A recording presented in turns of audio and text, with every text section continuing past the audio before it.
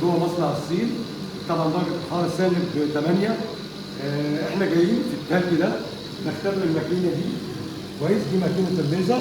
طبعا دي هتبقى الاولى من الساحه بتاعتها، هتبقى بتقص حوالين الطباعه وبتشتغل ليزر. احنا دلوقتي ظبطنا بتشتغل ليزر. شايفين الدقه بتاعتها؟ اهي الدقه بتاعتها اهي. الدقه بتاعتها اهي.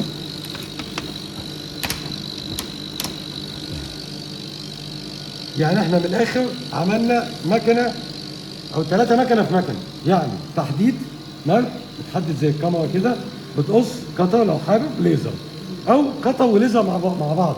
يعني انت ممكن تعمل دقيقه ابيض بالقطر وبعد كده تقص ليزر. دي فكرتها، او ديت باذن الله المنتج او الجديد بتاعنا بتاع السنه دي. طبعا عندنا منها مقاسات، في طبعا المقاس ده او الموديل ده، وعندنا موديل تاني 80 وموديل تاني متر. طبعا هننزل بمقاساتهم بمواصفاتهم بكل حاجه. طبعا هي حاجه ممتازه جدا جدا جدا.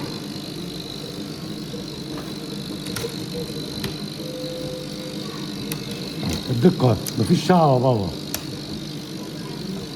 دي دقتها. جينا عشان نختبر ونعمل بس تيست هنا ونعرف معلومات كبيره عنها.